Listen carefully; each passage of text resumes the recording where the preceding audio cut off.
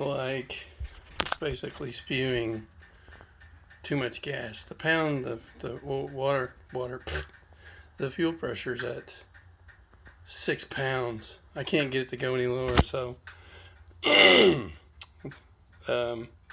I'm guessing there's too much fuel pressure.